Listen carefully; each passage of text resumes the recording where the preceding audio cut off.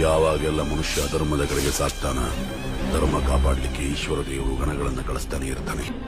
ಆ ಎಲ್ಲಾ ಗಣಗಳು ಬಂದು ನೆಲೆಸಿದ್ದು ಈ ಪುಣ್ಯ ಮಣ್ಣಿನಲ್ಲಿ.